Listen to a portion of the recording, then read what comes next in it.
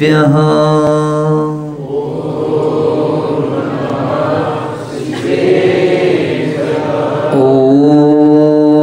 नमः सिद्धेभ्यः।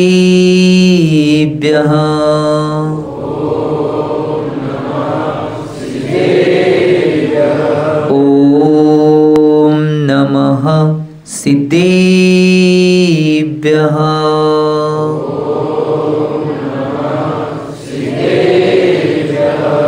नमो अरिहन्ताणम्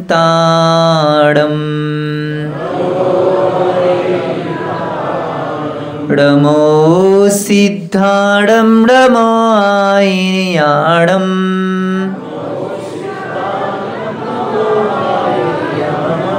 नमो उवज्जायाणम्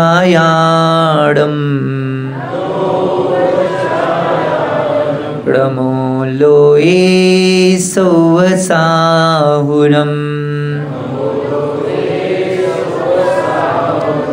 एसो पंचणमोकारो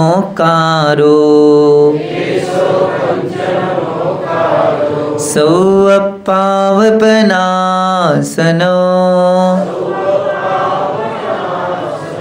मंगलाणञ्च सव्वेसिं परमं हवै मंगलम् परमं हवै मंगलम् परमं हवै मंगलम्। सगळ्यांनी जयकारा लावायचा आहे।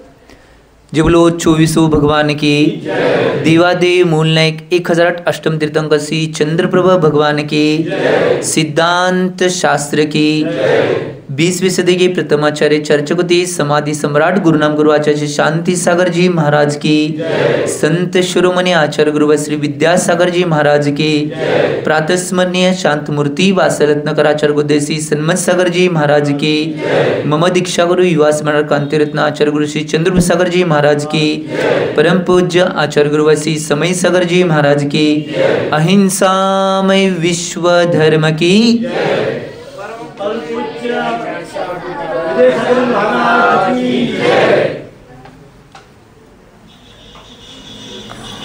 आज जसं प्रस्तावनामध्ये सांगितलं की सगळ्यांनी सांगितलं आज महत्त्वाचा दिवस आहे, परंतु मी तर म्हणतोय आजचा दिवस आहे तो युवकांचा दिवस आहे। महत्त्वाचा दिवस तर आहेच, कारण की प्रत्येकाच्या जीवनामध्ये एक विषय आणि विशेष दिवस येत असतो। आज तुम्हाला बऱ्याच जणांना वाटाले की महाराजजी 2 महाराजजी आपल्या कॉलेजमध्ये आलेले आहेत आणि त्यांचं मार्गदर्शन या गोष्टी लाभणार आहेत, दर्शन मिळाले। परंतु एक गोष्ट लक्षात घ्या की मला आज एक वेगळ्या विषयावर तुमच्याशी हितगुज आणि मार्गदर्शन करायचं आहे की आज तुम्हाला एक माहीत असेल की आपण या भारत देशामध्ये राहतोय की पूर्ण विश्वामध्ये भारताला 2 उपाधी प्राप्त आहेत की भारत देश, एक गोष्ट लक्षात घ्या, एक वैविध्यपूर्ण आणि सगळ्या समाजांनी युक्त असणारा आणि सगळ्या समाजांना स्थान देणारा एकमेव जगाच्या पाठीवर कोणता देश असेल तो फक्त भारत आहे। प्रत्येक जगातल्या देशामध्ये, प्रत्येक जगातल्या सत्तेमध्ये, या सत्ताकारणामध्ये सत्ता करत असताना, सत्ता गाजवत असताना एक भारताचं वैशिष्ट्य आहे, ते वैशिष्ट्यपूर्ण आणि वैविध्यपूर्ण आहे म्हणून याची उल्लेख पूर्ण जगाच्या राजकारणामध्ये सुद्धा आहे।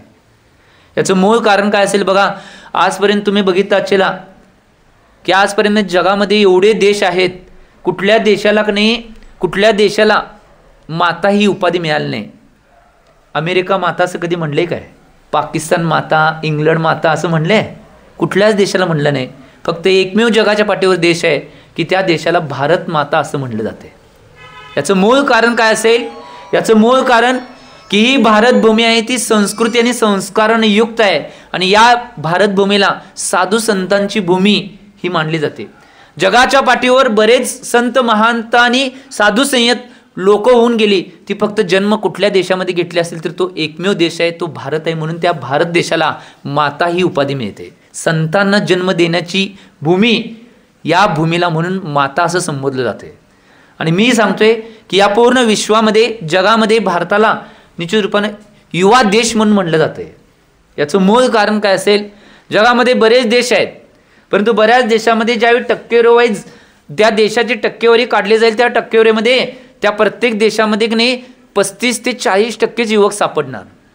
परंतु एकमेव भारत देश एकमेव जगाच्या पाठीवर असा आहे की जर भारतातली की नाही युवकांची जर टक्केवारी काढली तर ती निश्चित रूपानं 58% होते. किती?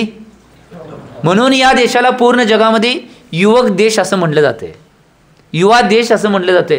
आणि म्हणून आज वेंगापासून स्टॅलिनपर्यंत आणि स्टॅलिनपासून जे तत्वयुक्ती होऊन गेले. तुम्हाला वेंगा कोण माहीत नसेल? माहीत आहे तुम्हाला? कुणाला माहीत नाही? माहीत नाही?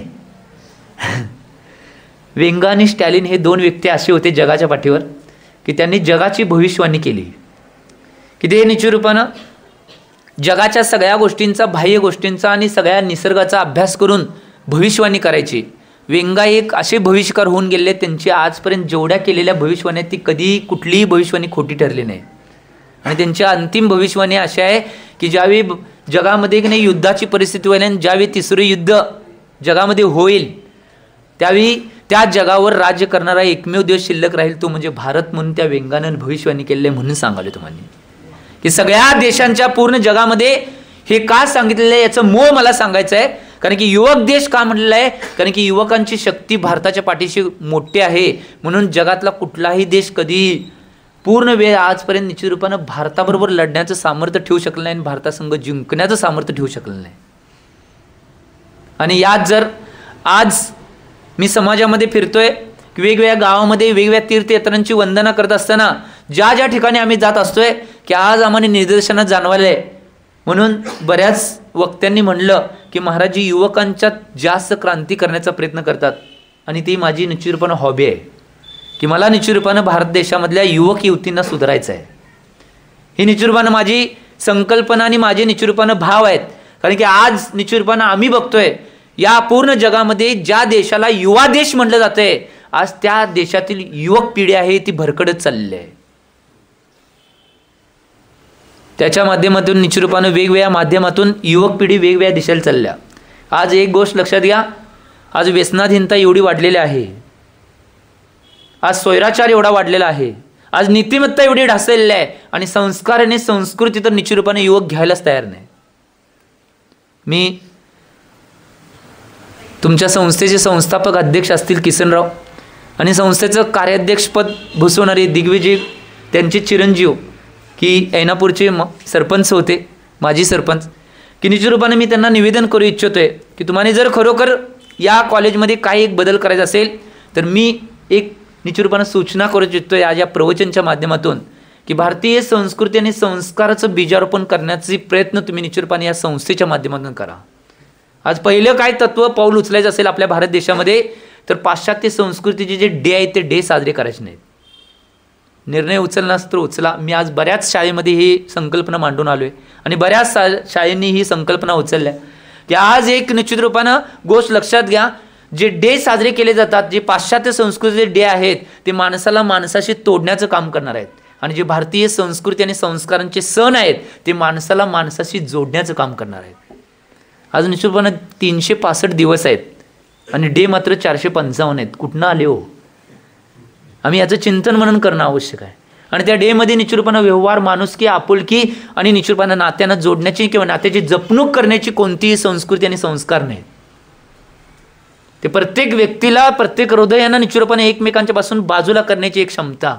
परंतु आज एक गोष्ट लक्षात घ्या, आमच्या युवकांना जर आम्हाला निश्चित रूपानं कुठल्या मार्गावर न्यायचं असेल तर त्या युवकांना एकमेकांशी जोडणं आवश्यक आहे. त्या स्नेहाबरोबर, प्रेमाबरोबर, आदर्शाबरोबर, चारित्र्याबरोबर जे देशामध्ये ज्या निश्चित रूपानं तत्वव्यक्त्यांनी आणि ज्या समाजसेवकांनी आणि तत्वव्यक्त्यांनी जे साकार केलं ते करण्याचा प्रयत्न युवकांनी जर पुढे केला तर भारत देश लवकरात लवकर महासत्ता बनल्याशिवाय राहणार नाही.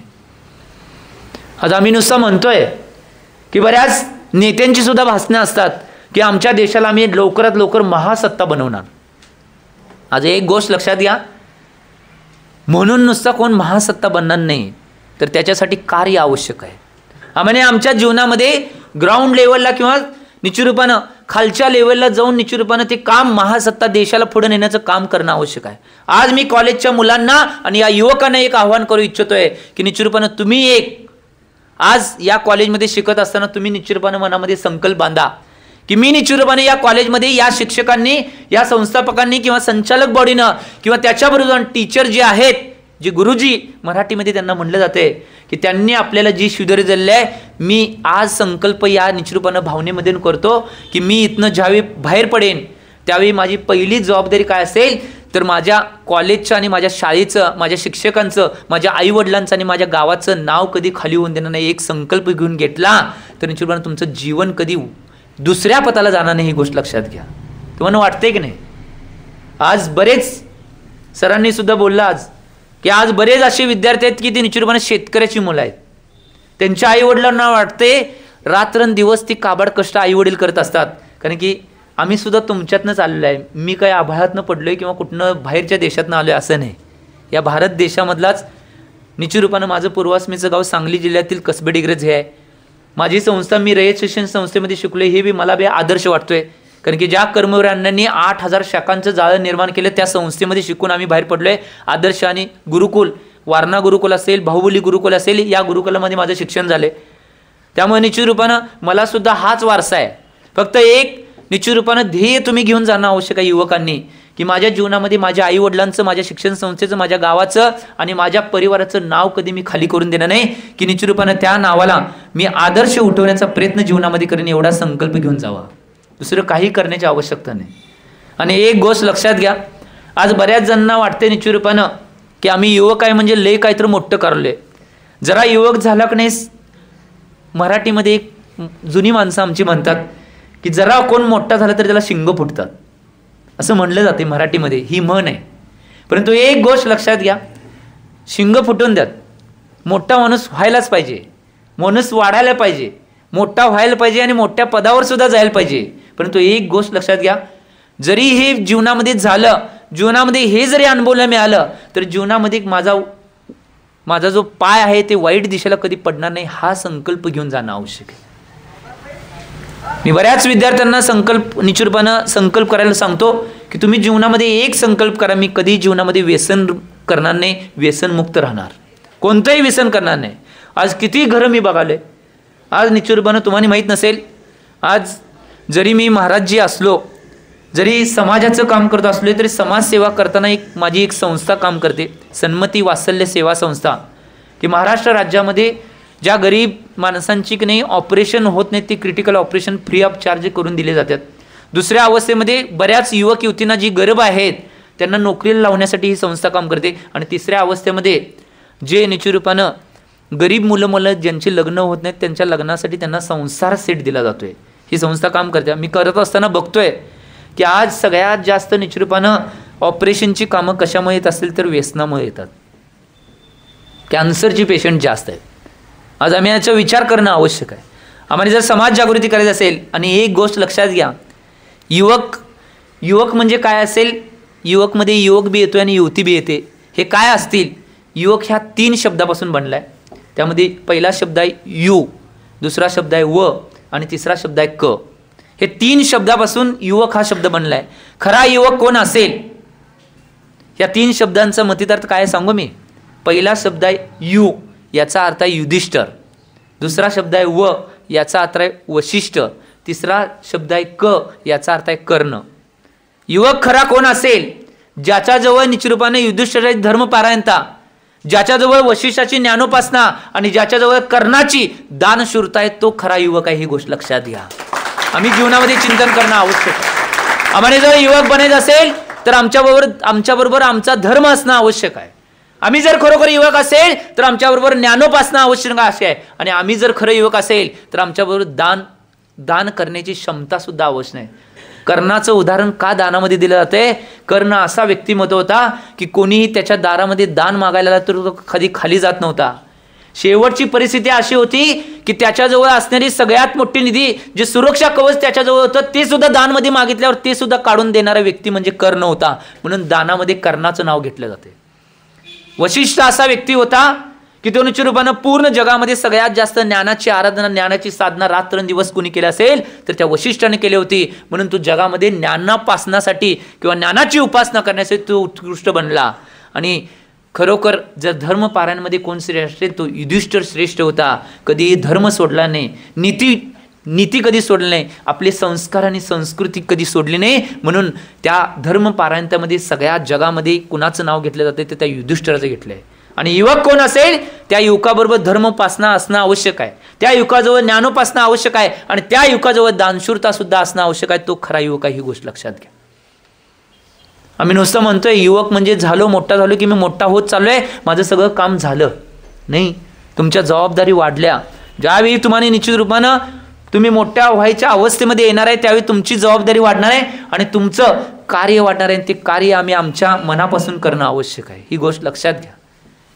आज एक गोष्ट लक्षात घ्या, युवकांनी मोठं झाल्यानंतर पहिली गोष्ट काय करायचं असेल, आजपर्यंत तुम्हाला हे कोण सांगितलं नसेल, मोठ्या माणसांना सुद्धा नवीन ऐकायला असेल, कोण सांगितलं नसेल आजपर्यंत. ज्यावेळी युवक मोठ्या व्हायच्या अवस्थेमध्ये होतोय, मी स्पष्ट रूपात सांगालोय, पहिलं त्याचं कार्य काय असेल तर माणसं ओळखायला शिकणं हे पहिलं कार्य आहे. काय म्हटलं मी, पहिलं काम युवकांचं काय असेल, युवतींचं काय काम असेल तर माणसं ओळखायला शिकणं हे पहिलं काम आहे. जर शिवाजी महाराजांचा इतिहास तुम्ही काढून बघितला, हे भारत वर्षामध्ये शिवाजी महाराज एक मराठी साम्राज्य निर्माण करण्यासाठी पूर्ण भारतवर्षामध्ये झटले. त्यांचा जर इतिहास काढला तर निश्चित रूपानं बऱ्याच कादंबरी, बरेच निश्चित रूपानं गोष्टी त्यांच्याविषयी लिहिलेल्या आहेत. की निश्चित रूपानं एक उदाहरण माझ्यासमोर येते की माणसं ओळखायला शिकायला जर लहानपणी आम्ही युवक अवस्थेमध्ये जर माणसं ओळखायला शिकलो तर निश्चित रूपानं जगातलं कुठलंच काम त्यासाठी अवघड नाही. शिवाजी महाराजांनी हे काम केलं. त्यांच्या चरित्रामध्ये एक उदाहरण येते. शिवाजी महाराज ज्यावेळी युवक अवस्थेमध्ये होते ते इकडं तिकडं फिरणे, इकड तिकडच्या गोष्टी करणे किंवा वायफळ गोष्टी करत राहणे या गोष्टी करत नव्हते. ज्यावेळी ते लहानपणापासून निश्चित रूपानं जंगलामध्ये खेळायला जायचे तर खेळ करत नसायचे. ते विट्टी दांडू घेऊन जायचे, परंतु विट्टी दांडूने तिथे खेळायच नाही. जंगलात का नाही, जंगलाच्या बाहेरच्या झाडावरनी का नाही बऱ्याच मुलांना बसवलं असायचं आणि आत ते सगळ्या आपल्या सवंगड्यांना घेऊन का नाही विट्टी दांडू लपवून ठेवायचे आणि नाही शस्त्र कसं चालवायचं याची निश्चित रूपानं ट्रेनिंग त्या सगळ्या युवकांना आणि स्वतःसुद्धा ट्रेनिंग घ्यायची. म्हणून त्यांनी मराठी साम्राज्य निर्माण केलं. एक घटना त्यांच्या जीवनामध्ये यावेळीची, ते युवक असताना माणसं ओळखायला कसं शिकायला पाहिजे, या गोष्टीतून कसं जीवनाला कलाटणी मिळते आणि जीवन कसं आदर्श बनते हे सांगण्यासाठी मी हे उदाहरण सांगावले. ज्यावेळी शिवाजी महाराज ते विट्टी दांडूचा खेळ करण्यात म्हणजे शस्त्रांचं का नाही ट्रेनिंग घेत होते त्यावेळी निश्चित रूपानं एक बहिर्जी नाईक नावाचा एक मुलगा, तुम्हाला माहिती आहे कोण होता बहिर्जी नाईक? हा मुलगा एक छोटा मुलगा, त्याचे मनामध्ये इच्छा होती की शिवाजी महाराजांच्या त्या सेनेमध्ये मला सुद्धा काम करायला मिळावं. म्हणून तो निश्चित रूपानं शिवाजी महाराजांना भेटायला आलता. आणि काय झालं, जंगलामध्ये शिवाजी महाराज जिथं होते तिथं जाण्यासाठी तो निघाला. जंगलाच्या आत प्रवेश करताना एक मुलगा एक झाडावर होता, तो मोराचा आवाज काढल्यानंतर बहिर्जी नाईकनं ऐकला ते, परंतु बहिर्जी नाईक गेला शिवाजी महाराजांना भेटला. असं माझ्या बाबांनी आणि माझ्या गावातल्या माणसांनी तुमच्या इथं काम करण्यासाठी मला पाठवलं आहे आणि माझी इच्छा आहे समर्पित होऊन मी माझं आयुष्य तुमच्यासाठी समर्पित करण्यासाठी मी इथे आलो आहे. त्यावेळी बहिर्जी नाईकला शिवाजी महाराजांनी सांगितलं, त्या युवक शिवाजी महाराजांनी सांगितलं, तू ये जा, तुझी सगळी गोष्टी कामं आवरून माझ्या सेनेमध्ये ये, मी तुला सामील करून घ्यायला तयार आहे. सगळं झाल्यावर ठीक आहे म्हणला आणि राजांच्या पाया पडला तो. आणि राजांना पाया पडून म्हणतोय की राजे एक गोष्ट बोलू काय? त्यावेळी राजे म्हणले की बोल बहिर्जी, तुला काय बोलायचंय बोल. की राज, तुम्हाला एक गोष्ट सांगतो की तुमच्या त्या सवंगड्याला, झाडावर बसलेल्या सवंगड्याला सांगा की या दिवसात मोर वरडत नाहीत.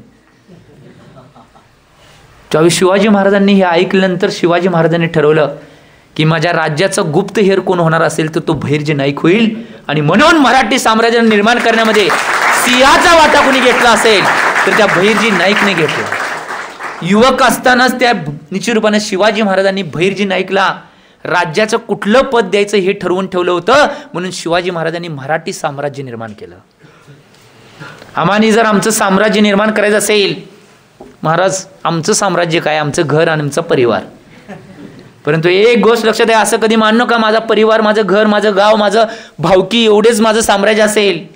आज जर एक युवक जर सुधारला, एका युवकाने जर मनामध्ये संकल्प बांधला, तर तो निश्चित रूपानं गावाचं नाही, पूर्णपणे भारताचं नाव जगामध्ये करण्याची सामर्थ्य ठेवू शकतो. ही गोष्ट लक्षात घ्या. त्यामुळं कुठल्या युवकानं कधी कमी समजायचं नाही. सगळ्यात मोठी तुमच्या अंतरंगामध्ये कुठली शक्ती असेल तर ती आत्मशक्ती. ही गोष्ट लक्षात घ्या. जगामध्ये जेवढ्या शक्ती आहेत त्या सगळ्या शक्तींना नेस्तानाबूत करण्याची ताकद कोणामध्ये असेल तर ते तुमच्या अंतरंगामध्ये असते, आत्म्यामध्ये आणि त्या अंतरंग शक्तीमध्ये. ही गोष्ट लक्षात घ्या. एक व्यक्ती होता आणि तो एक व्यक्ती एका महाराजांच्याकडे गेला आणि महाराजांना विचारला की महाराजजी मला सांगा या जगामध्ये सगळ्यात कठीण काय आहे.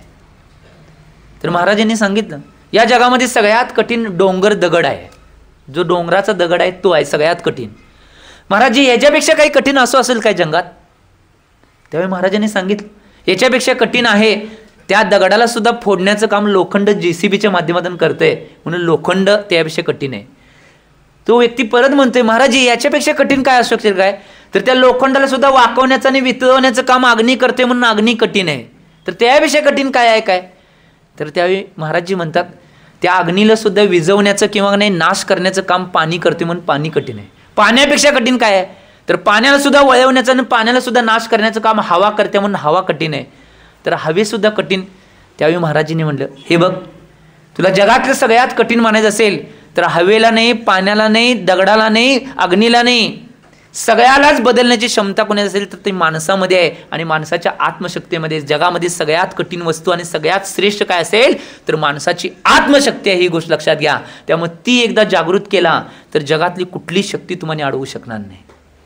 ही गोष्ट लक्षात घ्या. त्यामुळे चिंतन करा माझ्या जीवनामध्ये मला काय करायचं आहे.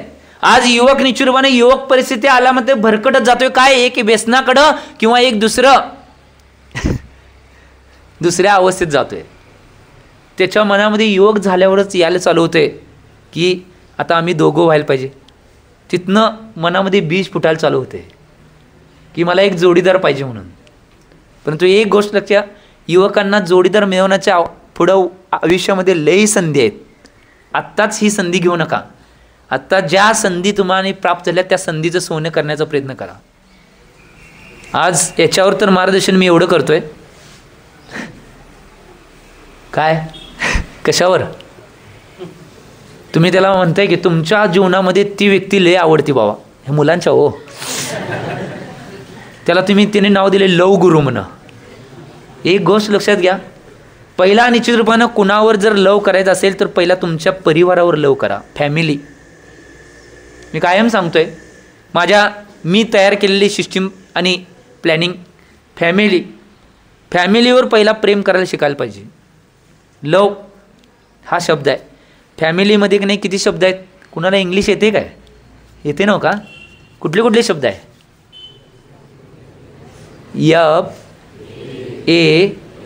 यम बरोबर आहेत काय शब्द. याचा अर्थ काय माहिती आहे फॅमिलीचा. सोपा आहे, लय अवघड नाही. या प्रत्येक शब्दाला मी वेगळं करतोय. यपचा अर्थ आहे फादर, एचा अर्थ आहे अँड, यमचा आधार आहे मदर, फादर अँड मदर. आयचा अर्थ आहे आय, एलचा अर्थ आहे लव आणि वायचा अर्थ आहे you. Father and mother, I love you, याचा अर्थ फॅमिली आहे. आम्ही याच्या जीवनामध्ये चिंतन करणं आवश्यक आहे. आज जर कुठलं चिंतन मनामध्ये असेल तर निश्चित रूपानं पहिला जीवनामध्ये कुणावर प्रेम करणं असेल तर आई वडिलांच्यावर करा. आज निश्चित रूपानं बरेच युवक युवती आहेत की आई वडिलांच्या हेट करतात, आई वडिलांच्यावर विपरीत वागतात, आई वडिलांना उलटं बोलतात आणि आई वडिलांच्यावर बिहेव्हिअर करत असताना त्यांची वेगळी प्रवृत्ती असते. एक गोष्ट लक्षात घ्या, ज्या आई वडिलांनी आपल्याला जन्म दिला, ज्या आई वडिलांनी आपल्याला तर हातावरच्या फोडाप्रमाणे जपलं, ज्या आई वडिलांनी आपल्याला सर्वस्व देण्याचा प्रयत्न केला, त्या आई वडिलांना कधी विसरू नका. ही सगळ्यात मोठी संधी आहे तुम्हाला. आज बरीच मी बनतोय की बऱ्याच माझ्या सुद्धा निश्चितपणे सानिध्यामध्ये बरेच लोक येतात आणि ते लोक म्हणतात की महाराज आमच्या मुलग्याला जरा समजावून सांगा, मुलगा असं वागतोय. आम्ही सांगतोय समजावून, परंतु एक गोष्ट लक्षात घ्या, संधी जर सोनं करून घ्यायचं असेल तर आई वडिलांना जीवनात कधी विसरू नका. जो व्यक्ती आई वडिलांना विसरला तो जगात निश्चित रूपानं कुणालाच लक्षात ठेवू शकत नाही. काय म्हणलं मी काय म्हणलं. जो व्यक्ती आपल्या आई वडिलांना विसरला तो जगात कुणालाच लक्षात ठेवू शकत नाही. बायकोला तर लय लांब हो, ती तर गोष्ट सोडाच, जगात कुणालाच लक्षात ठेवू शकत नाही. त्यामुळे एक गोष्ट युवकांना मी पहिली संधी काय सांगतोय, तुमच्या जीवनामध्ये तुमच्या आई वडिलांना कधी विसरू नका, त्यांच्यावर प्रेम करा आणि कधीही त्यांना उलटं बोलू नका. आज एक गोष्ट लक्षात घ्या, तुम्ही शाळेमध्ये, कॉलेजमध्ये, गल्लीमध्ये, बोळामध्ये, गावामध्ये खेळायला इकडे तिकडे गेला तर कोण मुलगा जरा उलटं बोला तर तुम्हाला एवढा राग येतोय, लगेच फोडाफोडीवर येत आहे. तुम्ही कोल्हापुरी भाषेत सांगाले हो, फोडाफोडी ह्या भाषेवर येत आहे का? तो मुलगा उलटा बोलला किंवा मुलगा काहीतरी बोललाय म्हणून. तुम्ही तुमच्या आईवडिलांना ज्यावेळी उलटं बोलताय, तुमच्या आईवडिलांना काय बोलताय, त्या आईवडिलांना किती वाईट वाटत असेल, परंतु आईवडील एक शब्द सुद्धा तुम्हाला बोलले नाहीत. याचं चिंतन करा, ही सगळ्यात महत्त्वाची गोष्ट आहे. त्यामुळे आपल्या आईवडिलांना कधी उलटं बोलायचं नाही, आईवडिलांना कधी विसरायचं नाही. आणि दुसरी जीवनामध्ये सगळ्यात मोठी व्यक्ती कोण असेल तर शिक्षक. आज मी बरेच मुलं बघतोय, बरेच मुली बघतोय की आपल्या शिक्षकांची टिंगल उडवतात. खरोखर मला वाईट वाटतंय की ज्या गुरूंनी निश्चितरूपानं ज्या शिष्याला शिकवण्याचा प्रयत्न केला, त्या निश्चितरूपानं शिक्षकाला आणि भारत देशामध्ये जर निश्चितरूपानं भारताला महासत्ता बनवायचं असेल तर सगळ्यात महत्त्वाचं पात्र कोणतं असेल तर ते शिक्षक आहे. ही गोष्ट लक्षात घ्या. अर्थसत्ता असंच बनणार नाही, महासत्ता असंच बनणार नाही. अर्थसत्ता आणि महासत्ता बनवायचं असेल तर त्याच्यामध्ये सगळ्या भारतामध्ये सगळ्यात मोठी भूमिका कोणाची असेल तर त्या शिक्षकाची राहील. जर शिक्षक निश्चितरूपानं आदर्श बनला तर निश्चितरूपानं भारत सुद्धा महासत्ता बनला. ही गोष्ट लक्षात घ्या, याचं चिंतन मनन करा, महत्त्वाची गोष्ट आहे. मी तर माझ्या जीवनात मी स्वतः लिहिलेली वाक्य आहेत. शिक्षकासाठी मी सगळ्यात जास्त मोठं वाक्य लिहून ठेवलं आहे. मी स्वतः माझ्या जीवनामध्ये लिहिल्या आहेत. मी माझ्या ऐलक अवस्थेमध्ये होतो, ज्यावेळी लंगोटे असते, ऐलक महाराज जे आहेत तशा अवस्थेमध्ये होते, त्यावेळी मी माझं चिंतन लिहून ठेवलेलं आहे की त्यावेळी मी शिक्षकाविषयी चिंतन लिहिलं आणि बऱ्याच शाळेमध्ये आणि कॉलेजमध्ये सांगण्याचा प्रयत्न करतो. शिक्षक एक अशी व्यक्ती आहे की सगळं निर्माण करण्याची क्षमता शिक्षकामध्ये आहे. मी काय म्हणतोय, हजारो डॉक्टर मिळून एक शिक्षक बनवू शकत नाहीत, हजारो इंजिनियर मिळून एक शिक्षक बनवू शकत नाहीत, हजारो IPS ऑफिसर मिळून एक शिक्षक बनवू शकत नाहीत, हजारो वकील मिळून एक शिक्षक बनवू शकत नाहीत, हजारो उद्योगपती मिळून सुद्धा एक शिक्षक बनवू शकत नाही, परंतु एक शिक्षक मात्र हजारो डॉक्टर, हजारो वकील, हजारो IPS अधिकारी आणि हजारो उद्योगपती मात्र निर्माण करण्याची शक्ती त्याच्यामध्ये. तसं एक शिष्य एक गुरु बनवू शकत नाहीत, परंतु एक गुरु मात्र हजारो शिष्य बनवू शकतात. ही गोष्ट लक्षात घ्या. त्यामुळं गुरूंच्यात आणि शिक्षकांच्यात एवढी निश्चितरूपाने इबॅलिटी आहे. त्यामुळे त्यांची कधी टिंगल आणि अवहेलना करू नका. गुरूंचा अभिनय केला तर जीवनात तो व्यक्ती कधी सरळ होऊ शकत नाही. आमच्या ग्रंथामध्ये तर सांगितलं आहे की निश्चितरूपानं शिक्षकाची किंवा गुरूंची ज्यांना आपल्याला शिकवलं आहे त्यांना निश्चितरूपानं जर त्यांची अवहेलना, त्यांचा अभिनय, त्यांचा अपमान जर केला तर निश्चितरूपानं बऱ्याच भावामध्ये निश्चितरूपानं कुत्र होऊन जन्माला लागते. हे शास्त्रामध्ये सांगितलेली गोष्ट. त्यामुळे एक गोष्ट लक्षात घ्या, ज्यानं दिलंय त्याला कधी विसरायचं नाही. ते हे असून दे नाहीतर हे असून दे. काय म्हटलं मी? हे असून दे नाहीतर हे असून दे. ज्यानं हे दिलंय त्याला कधी विसरायचं नाही म्हणजे आई वडील, आणि ज्यांनी हे दिलंय त्यांना कधी विसरायचं नाही म्हणजे शिक्षक. या दोन गोष्टी विसरायच्या नाहीत कधी. मला दुसऱ्या अवस्थेमध्ये बोलायचं आहे, टाईम कमी आहे, वेळ संपत आल्या. कमी वेळेमध्ये जास्त बोलणं ही सगळ्यात मोठी कला आहे. कारण की कमी वेळेमध्ये जास्त बोलायचं असेल तर ट्रकभर साहित्य खिशात ठेवावं लागते. आम्हाला किस्से बी नाहीत, आम्हाला डोक्यातच ठेवावं लागते, हृदयात किंवा डोक्यात. तर एक गोष्ट लक्षात घ्या, मला पहिला सांगायचं आहे, आज विद्यार्थी आहे ते विद्यार्थ्याची संस्कृतमध्ये नीतिशास्त्रामध्ये आचार्य भगवंतांनी विद्यार्थ्याची व्याख्या केलेली आहे आणि त्या व्याख्यामध्ये विद्यार्थी खरा कोण आहे. आज तुम्ही सगळेजण विद्यार्थी आहात. तुम्ही विद्यार्थी खरे कोण असाल तर तुमच्यामध्ये 5 गुण असायला पाहिजेत तर तुम्ही विद्यार्थी आहे. संस्कृतमध्ये एक सूत्र आहे, श्लोक आहे, काकदृष्टी बग ध्यानम ब्रह्मचर्यमच अल्पनिद्रा अल्पाहारी विद्यार्थी पंचेती लक्षणम. आचार्य भगवंतांनी काय सांगितले? काकदृष्टी बग ध्यानम ब्रह्मचर्यमच अल्पनिद्रा अल्पाहारी विद्यार्थी पंचेती लक्षणम. याचा अर्थ काय? विद्यार्थ्याचं 5 लक्षण जे असतात तोच खरा विद्यार्थी आहे. जर हे 5 लक्षण नसेल तर तो विद्यार्थी होऊ शकत नाही. आज बरेच विद्यार्थी विद्यार्थ्याच्या कोटीमध्ये येत नाहीत. का? याचं मूळ कारण आहे विद्यार्थी जे गुण आहेत ते गुण असायला पाहिजेत. 5 गुण कुठले? काकदृष्टी, बक ध्यान, ब्रह्मचर्यमच अल्पनिद्रा अल्पाहारी विद्यार्थी पंचेती लक्षणम. याचा अर्थ पहिली काकदृष्टी. काकदृष्टी म्हणजे काय? कावळ्यासारखी दृष्टी पाहिजे विद्यार्थ्याची. कावळा कुठल्या बी झाडावर बसून दे, तो कुठे बी बसला तर त्याचं लक्ष फक्त खाद्य कुठे मिळेल, त्याला खायला कुठे मिळेल इकडेच लक्ष असते. तसं विद्यार्थी कॉलेजमध्ये आला, शाळेमध्ये आला, इकडं तिकडं काही लक्ष द्यायचं नाही. काय म्हणलो? इकडे तिकडं काही लक्ष द्यायचं नाही. फक्त तुम्हाला काय शिकवतात, तुम्हाला जीवनामध्ये काय घ्यायचं आहे याच्याकडे लक्ष द्यायचं. याला काकदृष्टी म्हणतात. बक ध्यान. बक ध्यान म्हणजे बघायचं ध्यान. बघा, एका पायावर पाण्यामध्ये उभारतोय, तो काय ध्यान करत नसतोय. तो एका पायावर का उभारतोय माहिती आहे? त्याला मासे पकडायचे असतात म्हणून एका पायावर उभारतोय. पण किती हुशार प्राणी माहिती आहे का तो? पांढरा शुभ्र दिसतोय, वरून पांढरा आहे परंतु आतून काळा आहे. वरून पांढरा आहे परंतु आतून काळा आहे. त्याची भावना चांगली आहे वरची, परंतु आतमध्ये त्याला वेगळं दाखवायचं आहे. तो एका पायावर उभारलाय मासे पकडायसाठी. बघ ध्यान का म्हटलं आहे? त्याच्यासारखं ध्यान पाहिजे. तो किती हुशार असतोय. ज्यावेळी तो ज्या पाण्यामध्ये उभारला असतो तिथनं जर माशाची लाईन आली तर पहिला, दुसरा, मधला, तिसरा, चौथा मासा पकडत नाही तो. ती लाईन आली तर एवढा हुशार असतोय तो, शेवटचाच मासा पकडतोय. का सांगा? हां, याचं मूळ कारण आहे, जर मधला, पुढचा, आदला मधला जर मासा पकडला तर सगळे मासे सावध होतील आणि इकडे तिकडे जातील. परंतु शेवटचा मासा पकडल्यामुळे नाही कुणाला काही कळत नाही. परत लाईन फिरून आणि परत तिथे येते, परत शेवटचा, परत लाईन फिरून येते, परत शेवटचा. किती हुशार प्राणी बघा. जसं जीवनामध्ये निचूरपणा कॉलेजमध्ये आल्यानंतर बक ध्यान, याचा अर्थ आहे विद्यार्थ्याचं बक ध्यान असेल पाहिजे की निचूरपणा एक पायावर उभा राहावा, दोन पायावर उभा राहा, काय करणार आहे करा. दुसऱ्या कुठल्याकडे गोष्टीकडे न लक्ष देता तुम्हाला ध्येय काय साधायचं आहे की निचूरपणा शिक्षणामध्ये काय शिकायचं आहे याच्याकडे लक्ष पाहिजे. याच्यासाठी जर बघायचं असेल 3 इडियट्स पिक्चर बघा. काय म्हणलो? 3 इडियट्स पिक्चर बघितलं आहे काय? आम्ही महाराज घेण्यासारखं काय पिक्चर बघत नाही, न घेण्यासारखं बघतोय. सायराट, दुनियादारी, टाईमपास असलं बघतो, गर्दी हाऊसफुल पिक्चरला. परंतु एक गोष्ट लक्षात घ्या, पिक्चर बघायला मी तुम्हाला मनाई केलं नाही, पिक्चर बघा, परंतु जीवनात आदर्श होण्यासारखी पिक्चर बघा. आज निचूरपणा 3 इडियट्स बऱ्याच जणी फेमस झाला म्हणून बघितलं असेल. आज कुणी निचूरपणा मे ऐसा पिक्चर बघितला आहे? कुणाला माहीत आहे का? महाराज हे पहिल्यांदाच ऐकलं की नाव. आई वडिलांचं आणि मुलांचं प्रेम काय असते ह्या पिक्चरमध्ये दाखवलं आहे. अजय देवगणचा पिक्चर आहे.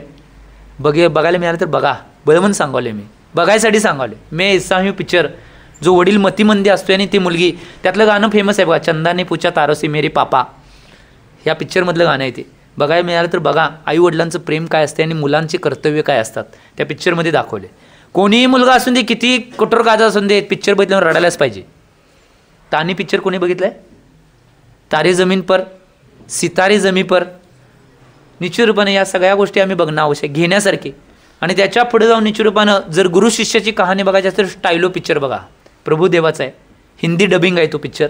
बघायचं असेल तर गुरु शिष्य काय असतात आणि गुरूंच्या विषयी, आमची शिक्षकांच्या विषयी आमची कर्तव्य काय आहेत हे बघायचं असेल तर ते बघा पिक्चर. आम्ही हे बघणार नाही. हे बऱ्याच जणांना पिक्चर नवीन पहिल्यांदा ऐकलेत. महाराजांनी केव्हा बघितले? आम्ही पहिल्या कपड्यात होतो तेव्हा बघितले, आत्ता काही बघू शकत नाही आम्ही. त्यामुळे एक गोष्ट लक्षात घ्या, जीवनामध्ये घेण्यासारखं काहीतरी शिका, हे मला सांगायचं आहे. तुम्ही पिक्चर बघायला, टी व्ही बघायला मी नकार कधी दिला नाही, परंतु चांगलं घेण्यासाठी बघा. नाहीतर टी व्ही म्हणजे काय माहिती काय, मी माझ्या भाषेत सांगतो, टी म्हणजे ताबडतोब, व्ही म्हणजे वाटोळं. जर चांगलं घेतलं नाही तर टी व्ही म्हणजे काय, ताबडतोब वाटोळं.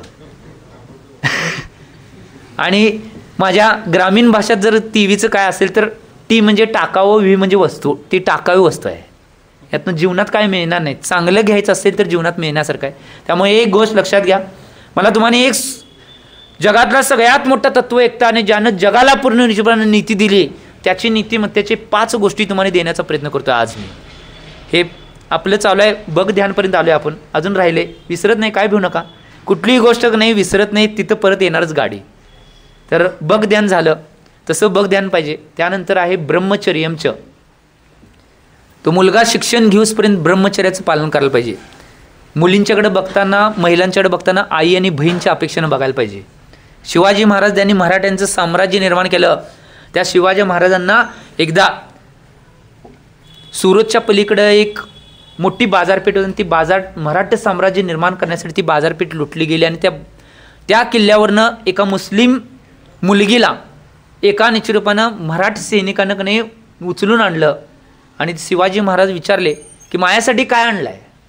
त्यावेळी त्या मावळ्याने सांगितलं की राजे, तुमच्यासाठी सगळ्यात मोठी गिफ्ट जगातली आत्ता मी घेऊन आलो आहे. त्यावेळी काय आणलायस? त्यावेळी सांगितलं की त्या राजाची, जो मुस्लिम राजा आहे, मुघल राजाच्या साम्राज्यातला जो सेनापती होता, त्याची मुलगी मी तुमच्यासाठी भेट म्हणून आणली आहे. त्यावेळी राजे तडदिशीने सिंहासनावर उठले आणि उभारले की हे मूर्ख व्यक्ती, त्या आपल्या स्वतःच्या मावळ्याला राजांनी शब्द उद्गारला होता, हे मूर्ख व्यक्ती, तू निश्चित रूपानं काय करलायस हे बघ.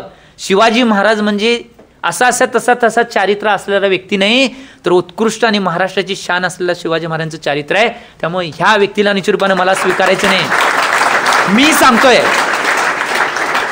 सांगतोय म्हणून कने निश्चित रूपानं त्या माऊलीची, शिवाजी महाराजांचे वाक्य आहे, त्या माऊलीची ओटी भरून निश्चित रूपानं तिच्या राज्यात परत लावून दे. ओटी भरून त्या मुलीला निश्चित रूपानं तिच्या घरामध्ये निश्चित रूपानं परत पाठवून दे. म्हणजे ओटी म्हणजे आदर सत्कार कर. हे मला सांगायचं, ओटी काय मुलगीची भरतात काय तुम्ही म्हणणार लगेच. आदर सत्कार करून तिला परत पाठवून दे हे सांगायचं होतं. आम्ही आमच्या जीवनामध्ये याचं चिंतन करणं आवश्यक आहे.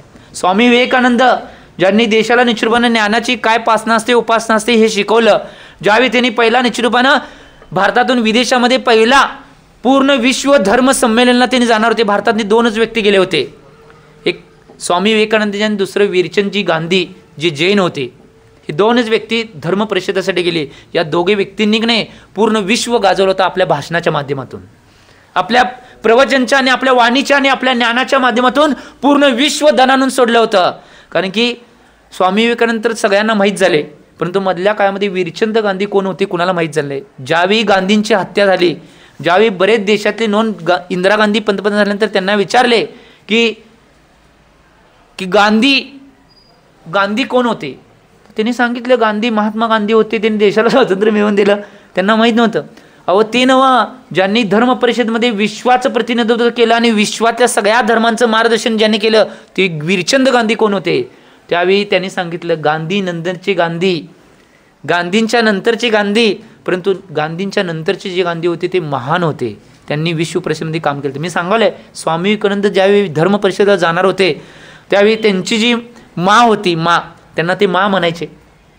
ज्यांनी त्यांच्यावर जास्त संस्कार केले त्या माला भेटायला गेले की मी धर्म परिषदेसाठी विश्वाचं निश्चित रूपानं धर्माचं प्रतिनिधित्व करण्यासाठी भारताचं प्रतिनिधित्व घेऊन मी चाललेलो आहे की मला काहीतरी उपदेश दे. त्यावेळी त्या स्वामी विवेकानंदाच्या आईनं परीक्षा करायची म्हणून एक काम केलं की जरा स्वयंपाकघरातलं चाकू घेऊन ये, मला चाकू पाहिजे म्हणे. तेव्हा स्वामी विवेकानंद गेले किचनमध्ये आणि चाकू घेतले आणि चाकू घेऊन आले. त्यावेळी स्वामी विवेकानंद काय केलं माहिती काय, माच्या हातात चाकू देताना नाही चाकूच्या बाजूला आपण धरले आणि मूठ आहे ते माच्या बाजूला केले आणि म्हणले की हे चाकू घ्या. त्यावेळी माने हातात चाकू घेतला आणि ज्यावेळी स्वामी विवेकानंद त्यांचे चरण स्पर्श करून त्यांना पाया पडत होते त्यावेळी स्वामी विवेकानंदांना ती म्हणली की तू बिंदास्त जा, माझी तुझी परीक्षा मी आत्ता घेतली, त्या परीक्षेमध्ये तो 1 नंबरनं 100% मार्क काढून पास झालायस. त्यांनी चाकू आणायला सांगितलेलं का माहिती काय, त्यांची नीतिमत्ता, त्यांचे संस्कार आणि त्यांची संस्कृती किती बिमल्या हे त्यांना बघायचं होतं म्हणून त्यांनी चाकू आणायला सांगितलं. स्वामी विवेकानंदांनी चाकू आहे की नाही तो मुठाच्या दिशेनं दिला, म्हणजे दुसऱ्यांचे परोपकार करण्याची ज्याच्यामध्ये इबॅलिटी आहे, ज्याच्यामध्ये गुण आहेत, तो निश्चितपणे व्यक्तिमत्व होत असेल तर ते स्वामी विवेकानंद होते. म्हणून त्यांनी आशीर्वाद दिला, तू जा, तू निश्चितपणे देशाला नाही पूर्ण जगाचं प्रतिनिधित्व कर. तिथं गेल्यावर एक दुसरी निश्चितपणे घटना घडली. धर्म परिषदेमध्ये गेल्यानंतर त्या देशामध्ये स्वामी विवेकानंद फिरत होते. त्यावेळी सगळे पत्रकार सगळ्यांची निश्चितपणे या दोघांच्या व्यक्तींच्या म्हणजे स्वामी विवेकानंद आणि वीरचंदजी गांधी यांच्या भाषणांनी, यांच्या व्याख्यानांनी पूर्ण विश्व प्रभावित झालं. सगळे मोठमोठी माणसं, सगळे पत्रकार सुद्धा प्रभावित झाले की यांचं वक्तृत्व एवढं उत्कृष्ट आहे, यांची व्याख्यान शैली आणि धर्मांचं जगातलं ज्ञान आहे ते सगळ्यात उत्कृष्ट आहे म्हणून ते सगळेजण प्रभावित झाले. आणि त्यातली एक महिला पत्रकार होती, विदेशी महिला. त्या पत्रकार महिलांना त्यांचं निश्चितपणे प्रश्न विचारताना, त्यांची निश्चितपणे हे घेताना नाही त्या पत्रकार महिलाच्या मध्ये एवढे भाव निर्माण झाले स्वामी विवेकानंदाच्या विषयी. एक दिवस काय झालं माहिती काय, स्वामी विवेकानंद कुठल्या तर रस्त्यावरनं स्वामी विवेकानंद आणि वीरचंद गांधी फिरत होते. तेव्हा स्वामी विवेकानंदांना ती पत्रकार अडवते आणि ती पत्रकार महिला स्वामी विवेकानंद म्हणते की माझं एक काम आहे तुमच्याकडं. तेव्हा स्वामी विवेकानंद म्हणतात तुमचं काय काम आहे. तर ती महिला म्हणते की मला तुमच्याशी लग्न करायचं आहे. काय शब्द टाकलाय बघा, ऐका जरा कान उघडे ठेवून, मला तुमच्याशी लग्न करायचं आहे. त्यावेळी स्वामी विवेकानंद म्हणतात माझ्याशीच लग्न का करायचं आहे तुम्हाला. तर खरं सांगू काय, सांगा, खरं सांगा, तुमच्याशी लग्न करायचं आहे तुमच्यासारखा विद्वान आणि हुशार मुलगा मला पाहिजे म्हणून तुमच्याशी लग्न करायचं आहे. ते स्वामी विवेकानंद म्हणले आणि काय काम आहे, तर तुमच्यासारखा हुशार आणि माझ्यासारखा देखणा मुलगा व्हायला पाहिजे म्हणून तुमच्याशी लग्न करायचं आहे मला. ते स्वामी विवेकानंद म्हणले जर माझ्यासारखा हुशार आणि तुमच्यासारखा देखणा तुम्हाला मुलगा पाहिजे असेल तर लग्न करण्याची काय गरज आहे, मग काय मला मुलगा कसं मिळणार, ती महिला म्हणली. त्यावेळी स्वामी विवेकानंद म्हणले कशाला लग्न करण्याची काय आवश्यकता आहे, मी आजपासून तुम्हाला आई म्हणतो आणि तुम्ही मला मुलगा म्हणा. तुमच्यासारखाच निचरूपानं गोरा आणि तुमच्यासारखाच हुशार, माझ्यासारखा हुशार मुलगा तुम्हाला प्राप्त होईल म्हणले. हे होते स्वामी विवेकानंद. आम्ही याचं चिंतन करणं आवश्यक आहे. आज निश्चितरूपानं ज्यावेळी आम्ही निश्चितरूपानं युवक म्हणून किंवा विद्यार्थी म्हणून आम्ही आमच्या जीवनात जगत असताना आमच्या सगळ्यांच्याकडे दृष्टी जी बघण्याची आहे ती दृष्टी व्यवस्थित असणं आवश्यक आहे. सगळ्यात महत्त्वाची बाब आहे आणि त्याच्या पुढे जाऊन या गोष्टीचं चिंतन करणं आवश्यक आहे. आणि एक युवक आहे, तुम्ही निश्चितरूपानं कायमस्वरूपी नवीन काहीतरी निर्माण करण्याचा प्रयत्न करा. कधी कुठल्या जीवनात कधी हताश होऊ नका. मार्क कमी पडले म्हणून कधी भिवू नका. प्रयत्न तर तुम्ही 100% द्या, परंतु मार्क कमी पडल्यावर कधी भिवू नका. आज बरीच मुलं बघतोय मार्क कमी पडले म्हणून आत्महत्या करतात. जीवन जगण्याचं मथितरच काय नाही. खरं जीवन काय असेल तर मी कायमस्वरूपी जीवनाची एक व्याख्या करतोय की जीवन काय आहे,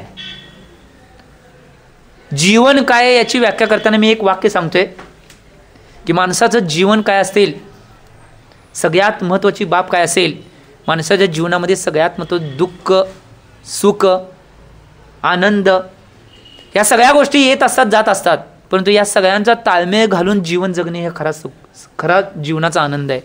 म्हणून मी सांगतोय माणसाचे पाय दोन किती विसंगत, एक पुढे आहे एक मागे आहे.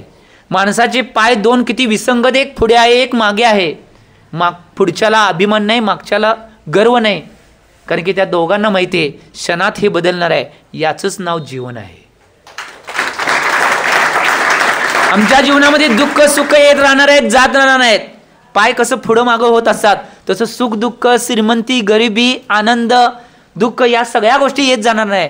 त्याचं सगळ्याचं सांगड घालून जीवन जगणे म्हणजे जीवनाचा आनंद आहे. ही गोष्ट लक्षात. त्यामुळे मार्क कमी पडले म्हणून आत्महत्या कधी करू नका किंवा तसला विचार बी कधी आणू नका. आज बरीच मुलं, आज मी तर परवा 10वीचा निकाल लागला त्यावेळी बघितलं की जो 6-7 मुलांनी आत्महत्या केली. त्यांची काय परिस्थिती आहे, त्यांची अवस्था काय, मी हे सगळ्यात जाणून घेण्यासाठी मी सगळं काढतोय ते. कारण की माझ्या जीवनामध्ये सगळ्या गोष्टीतून मी शिकत असतोय काय तर. मी काही छोट्या मुलग्यानं मला जरी काही सांगितलं तरी मी शिकण्याचा प्रयत्न करतोय. त्यामुळे निश्चित रूपाने एक गोष्ट, जीवन ही सगळ्यात मोठी ज्ञानाचं भंडार आहे, ती शिकण्याचा प्रयत्न करायचा आहे. जरी म्हातारा व्यक्ती झाला तरी तो कधी निश्चित रूपानं ज्ञानानं कोण कधी म्हातारा होत नाही. ज्ञान हे आयुष्यभर घेत राहिला तरी सुद्धा ज्ञान कमीच आहे. ही गोष्ट लक्षात घ्या. त्यामुळं कधी फक्त 100% देण्याचा प्रयत्न. आम्ही 5 गोष्टी तुमच्यासमोर ठेवल्या होता. या 5 गोष्टीमधून तुमचं जीवन आदर्श होईल. पहिली गोष्ट आहे एक्सरसाइज. पहिली गोष्ट आहे काय, एक्सरसाइज. या एक्सरसाइज शब्दाचा 2 अर्थ आहेत. एक्सरसाइज याचा अर्थ व्यायामसुद्धा आहे आणि एक्सरसाइज या शब्दाचा अर्थ आहे अभ्यास. या दोन्ही गोष्टी आहेत. जीवनामध्ये ही गोष्ट आवश्यक आहे. पहिली गोष्ट एक्सरसाइज. दुसरी गोष्ट आहे रिपिटेशन म्हणजे पुनरावृत्ती. याचा अर्थ आहे रिपिटेशन म्हणजे पुनरावृत्ती, म्हणजे चांगल्या गोष्टी ते वारंवार करत राहणे, याला रिपिटेशन पुनरावृत्ती. किंवा तुमच्या अभ्यासामध्ये रिपिटेशन महत्त्वाचं आहे. जे शिकवले ते कॉलेजमध्ये सारखं वाचायला पाहिजे. आम्ही शाळेतनं गेलो सॅक अडकून दमलेला असतोय, कसं तर बॅग काढायची, फेकायची, जायचं, हात धुवायचं, निवांत इकडं तिकडं फिरायचं. एक गोष्ट लक्षात घ्या, त्या बॅगेमध्ये सुद्धा सरस्वती आहे. त्या सरस्वतीला कसं बी फेकला तर ती सरस्वती तुमच्या डोक्यात आणि तुमच्या हृदयामध्ये कधी येणार नाही. तिचा सुद्धा विनय करणं आवश्यक आहे. सगळ्यात जास्त सरस्वतीला प्राप्त करायचं असेल तर पहिला महत्त्वाचं काय आहे, त्या सरस्वतीचा अविनय करणं सोडणं आवश्यक आहे. ही गोष्ट महत्त्वाची आहे.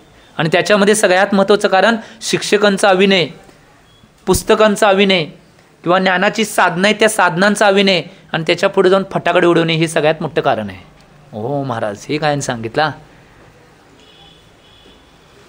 पुस्तकाचा अविनय करण्यामुळे सुद्धा निश्चितपणे ज्ञान कमी होतं आहे.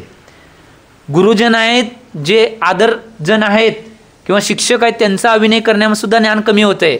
आणि त्याच्या पुढे जाऊन फटाकडे उडल्यावर सुद्धा, कारण का एका फटाकडीमध्ये ती कागद गुंडाळलेली असतात. एक आत दारूचा गोटा असतोय, त्याच्यावर कागद कागद कागद कागद, त्या सगळ्यावर अक्षर लिहिलेलं असते. एक तोटा उडवला तर किती सरस्वतीला उडवला, एक तोटा उडवल्यावर ते सगळं चिंध्या चिंध्या होते.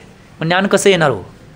जर कधी बघितलं असेल माझ्यावर कोण चालला असेल, खाली जर अक्षर असेल तर अक्षरापासून बाजूला जाण्याचा प्रयत्न मी करतोय, त्या अक्षरावरनं चालायचं नाही. अक्षरावर पाय दिला तर सुद्धा ज्ञान कमी होते. ही गोष्ट लक्षात घ्या. सुस्वागतम काढले असेल, कधी बघितल्या कुठं सुस्वागतम काढले, त्या सुस्वागतमच्या कडनं जायचं. एवढं निचरूपानं आम्ही ज्ञानाची आराधना करायला पाहिजे, त्यावेळी ज्ञान येते. मी लगेच गेलो आणि घेतलो, ज्ञान मिळालं नाही. आज एक गोष्ट लक्षात घ्या. पहिली गोष्ट सांगितली मी एक्सरसाइज, दुसरी गोष्ट सांगितली रिपिटेशन, तिसरी गोष्ट आहे the law of habit formation. The law of habit formation ही तिसरी गोष्ट आहे. म्हणजे काय माहिती आहे? चांगल्या सवयींचा नियम. चांगल्या सवयींचा नियम त्याला म्हणतात the law of habit formation. चौथी गोष्ट आहे द लॉ ऑफ यूज, आणि पाचवी गोष्ट आहे द लॉ ऑफ डिसयूज. म्हणजे याचा अर्थ काय माहिती आहे? उपयोगाचा नियम आणि अनुपयोगाचा नियम. या 5 गोष्टी जीवनात जर तुम्ही व्यवस्थित घेत गेला तर तुमचं जीवन आदर्श पथाला जाईल. Me the law of habit formation पहिला सांगतो. म्हणजे चांगल्या सवयींचं नियम. जीवनामध्ये चांगल्या सवयींचं जेवढं तुम्हाला घेता येतं तेवढं घ्यायचं, वाईट सवयी सोडून टाकायच्या. याला the law of habit formation म्हणतात. याचा अर्थ काय माहिती आहे? दुसऱ्याकडनं सुद्धा एक गोष्ट लक्षात घ्या. पहिला सगळ्यात जीवनात तुमच्या महत्त्वाचं काय असेल? तुमची संगत, मैत्री. मित्र जर तुमचा बाद असेल किंवा मुलींची मैत्रीण जर बाद असेल तर त्यांची संगत सोडून टाका. काय म्हणलं मी? काय म्हणलं? ऐकलं काय? मित्र जर खराब असेल तर त्याची संगत सोडून. आज सगळं जग स्वार्थासाठी आहे बघा. मैत्री कशी पाहिजे? कृष्ण आणि सुदामासारखी मैत्री पाहिजे. काय म्हणले? कृष्ण आणि सुदामासारखी मैत्री पाहिजे की निश्चितपणे कुठलाही भेद न ठेवता एकमेकांना प्रत्येक समयाला मदत करणारी मैत्री असायला पाहिजे. ही गोष्ट लक्षात घ्या. त्यामुळे आम्ही याचं चिंतन करणं आवश्यक आहे. मैत्री सगळ्यात महत्त्वाची आहे. त्यामुळं सवयी चांगल्या राहण्यासाठी तुमचे मित्र किंवा तुमची संगत चांगली असायला पाहिजे. संगत जर वाईट झाली तर संगतीचा परिणाम लय होते हो. टायमिंग होत आले. संगतीचा परिणाम एवढा होतोय, 5 मिनिटं आहेत. संगतीचा परिणाम एवढा होतोय की तुम्ही वाईट दिशेला जाऊ शकताय. त्यामुळे संगत चांगली ठेवा. त्याच्या पुढे जाऊन द लॉ ऑफ यूज. चांगल्या म्हणजे द लॉ ऑफ यूज म्हणजे की नाही, उपयोगाचा नियम. तुमच्या जीवनात काय घ्यायचं आहे हे तुम्हाला कळायला पाहिजे. काय बी घेत राहिला तर तुमचं जीवन आदर्श बनणार नाही. आणि द लॉ ऑफ डिसयूज याचा अर्थ आहे अनुपयोगाचा नियम. म्हणजे तुमच्या जीवनात निरुपयोग काय आहे ते सोडून द्यायला पाहिजे. व्यसन असेल, वाईट सवयी असतील, वाईट गोष्टी असतील, वाईट व्यक्ती असतील, या सगळ्यांना डिलीट करून टाकायचं. काय म्हणलो मी? डिलीट करून टाकायचं. डिलीट नाही. मोबाईलच्या मेमरीमध्ये 8 GB मोबाईल असेल आणि त्यात तुम्ही 9 GB घातला तर मोबाईल हँग होतो आहे. तसं तुमच्या डोक्यामध्ये मेमरी कमी असल्याने जास्त भरला तर तुमचं डोकं बी हँग होतं आहे. काय म्हणलो? हँग होतं आहे. ही गोष्ट महत्त्वाची आहे. त्यामुळे जीवनामध्ये चिंतन करा. आणि एक गोष्ट लक्षात घ्या, सगळ्या गोष्टीतून शिकण्याचा प्रयत्न करा. मी एक उदाहरण सांगतो आणि थांबण्याचे भाव करतो, का मला टायमिंग संपले. एक उदाहरण आय कॅन विन नावाच्या पुस्तकामध्ये, त्याचे लेखक आहेत शिव केरा. मी विजेता होणार हे मराठी वर्डिंग त्या पुस्तकाचं आहे. जगातलं पहिलं पुस्तक आहे ते, बेस्ट सेलर झालं. 1 कोटी पुस्तकं खपली. पहिलं पुस्तक आहे जगातलं, आय कॅन विन, शिव खेरांचं पुस्तक. त्या पुस्तकातलं हे उदाहरण आहे. कारण की कुणाचं उदाहरण आहे ते उसनं घ्यायचं नसते, चोरायचं नसते, त्यांचंच सांगायचं असते त्यांच्या नावानं. आणि चोरला तरी बी दोष लागतोय, चोरी करायची नसते ना. त्यामुळे शिव खेरांचं ते उदाहरण आहे. त्याने एक उदाहरण सांगितलेलं, उत्कृष्ट उदाहरण त्या आय कॅन विन पुस्तकामध्ये आहे. वाचला तर वाचायला मिळालं तर वाचा. जीवनाचा वाईट प्रसंग येतोय तेव्हा मृत्युंजय नावाची कादंबरी वाचा. काय म्हटलं मी? जीवनाचा वाईट प्रसंग येतोय तेव्हा मृत्युंजय नावाची कर्णाच्या जीवनावर आधारित असलेली कादंबरी आहे. शिवाजी सावंत त्याचे लेखक आहेत. त्यांची कादंबरी वाचा. आम्ही चिंतन करणं आवश्यक आहे. आणि जर निश्चितरूपानं तुम्हाला आदर्श पथावर जायचं असेल आणि उत्कृष्ट तुम्हाला तुमचं चारित्र्य घडवायचं असेल, शहंशाह नावाची कादंबरी वाचा. शहंशाह शिवाजी महाराजांच्या जीवनावर आहे. ही कादंबरी वाचा की निश्चितरूपानं काय जीवनात आदर्शबोध असतोय ह्या गोष्टी. पुस्तकं वाचणं सुद्धा आवश्यक आहे. आज पुस्तकं वाचत नाहीत, मोबाईल वाचतात पोरं. परंतु एक गोष्ट लक्षात घ्या, मोबाईल ही वेगळी परिस्थिती आहे. माझ्या जीवनात मोबाईलला बी मी एक ठावकं म्हणतोय. ते ठावकं काय बरोबर नाही. ठावकं विचित्र आहे. ते माणसाला माणसात न उठवते त्याला ठावकं म्हणतात. माणसात बसून देत नाही. त्यामुळे एक गोष्ट लक्षात घ्या, तुमच्या शालेय जीवनामध्ये जेवढा कमी मोबाईल वापरता येईल, शाळेसाठी केवढं वापर लागते तेवढं वापरा, परंतु केवढा कमी मोबाईल वापरता तेवढं आदर्श पदावर तुम्ही जाचेला, ही गोष्ट लक्षात घ्या. त्यामुळं मी सांगत होतो, शिव खेरांच्या पुस्तकातील आय कॅन विन नावाचं एक उदाहरण सांगतोय, जीवनाला आदर्श देणारं शेवटचं उदाहरण सांगतोय आणि मी थांबण्याचे भाव करतोय. कारण की अभ्यास महत्त्वाचा आहे. कारण की मी माझ्या जीवनामध्ये कायम एक वाक्य म्हणतोय, सतत अभ्यास केल्याने पुस्तक सारे पाठ आहे. सतत अभ्यास केल्याने पुस्तक सारे पाठ आहे आणि बेशिस्त वागल्याने ऑक्टोबरची गाठ आहे. 10वीची मुलं कोण असेल त्यांना कळते हे काय म्हटलं मी. सतत अभ्यास केल्याने पुस्तक सारे पाठ आहे, बेशिस्त वागल्याने ऑक्टोबरची गाठ आहे. जर सतत अभ्यास केला तर अखंड पुस्तक पाठ होऊ शकते आणि बेशिस्त वागला तर 10वीत नापास होऊन परत ऑक्टोबरची परीक्षा द्यायला लागेल. याला म्हणतात ऑक्टोबरची गाठ आहे. कारण की एक गोष्ट लक्षात घ्या, जर सतत अभ्यास सतत सगळ्या गोष्टी करत राहिला, आवत जावत रस्सीचे शिल्पर होई निशान. काय म्हटलं मी, आवत जावत रस्सीचे शिल्पर होई निशान. सगळ्यात महत्त्वाची बाब आहे. एक सूत्र आहे की विहिरीमध्ये की नाही पाणी काढण्यासाठी तुम्ही रस्सी बांधलेलं असते, ती कायम वर खाली येऊन जाऊन करते, त्यावेळी त्या दगडाला सुद्धा छेदण्याची शक्ती त्या रस्सीमध्ये असते. एवढी शक्तिशाली रस्सी नाही तरीसुद्धा रोजच्या रोज ती सतत अभ्यास करत असते. एक गोष्ट लक्षात घ्या, सचिन तेंडुलकर झाला म्हणून कधी प्रॅक्टिस सोडला नाही. आम्ही जरा टक्केवारी जास्त पडले पुढल्या वेळी बेशिस्त निवांत वागतोय, टक्केवारी लगेच खाली. त्यामुळे कधी बेशिस्त वागायचं नाही, ही गोष्ट लक्षात घ्या. उदाहरण सांगतो, शाळेमध्ये एका शाळेमध्ये एका कॉलेजमध्ये एक प्रयोग चालू होता. सगळे विद्यार्थी ते प्रयोग बघण्यासाठी आलते आणि काय झालं माहिती काय, एक काचेची पेटी ठेवली होती पुढं. त्या विद्यार्थ्यांना सांगितलं नुसतं बघायचं, कुठली प्रतिक्रिया द्यायचं नाही, काही करायचं नाही, तुम्ही कुठली गोष्ट करायची, नुसतं बघत राहायचं आणि त्यातनं शिकायचं काय आहे ते सांगायचं. त्यावेळी त्या काचेच्या पेटीमध्येच ते शिक्षक आले, 2-3 शिक्षक होते. ते 2 शिक्षक आले आणि एक छोटीशी आळी टाकली. आळी एवढी छोटीशी आळी होती, त्या काचेच्या पेटीत टाकली आणि त्या काचेच्या पेटीत ती आळी टाकल्यानंतर सगळे विद्यार्थी बघायला शिक्षक काय करलेत, कारण की त्या प्रयोगामधून शिकायचं आहे आम्हाला. आणि ज्या शिकायचं आहे म्हटल्यावर ते सगळे बघत राहिलेत.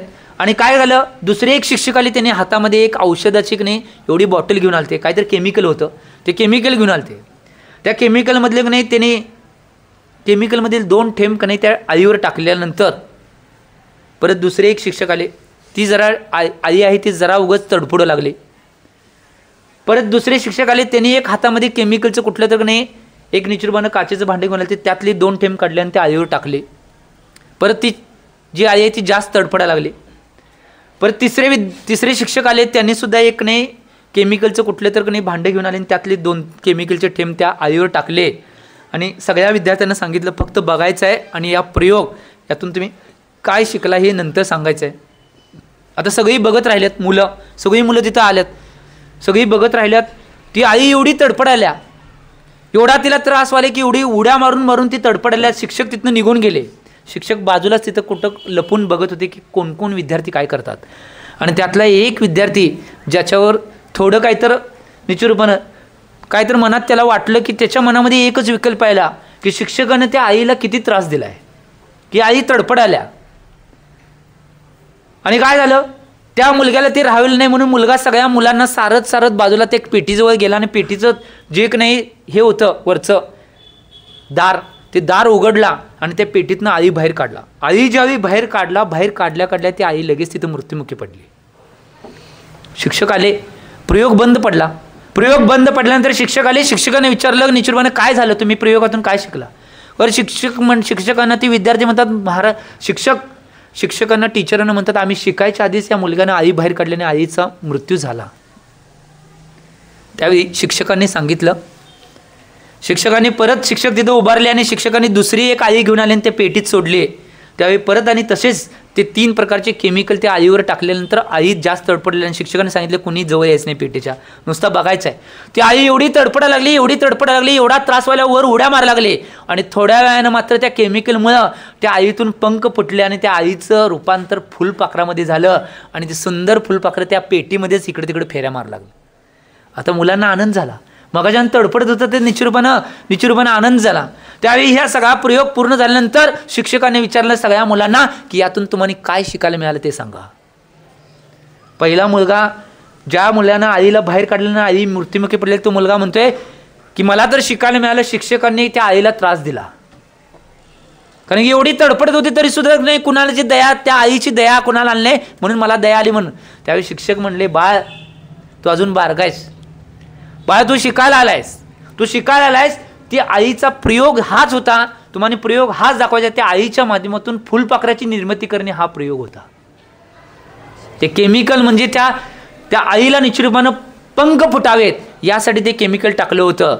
आणि आता विद्यार्थ्यांना विचारलं काय शिकला, त्यावेळी कुठल्याही विद्यार्थ्याला काय सांगता येईल नाही. त्यावेळी शिक्षक सांगतात यातून काय शिकायचं असेल तर जीवन हे संघर्षमय आहे, परंतु जीवन कितीही संघर्षमय असलं, कितीही दुःख, कितीही खाचकळगे असले, तर त्या खाचकळग्यामध्ये सुद्धा आपले पंख बाहेर काढून आपण उडत जायचं आणि मोठ्या पदावर जाऊन बसायचं.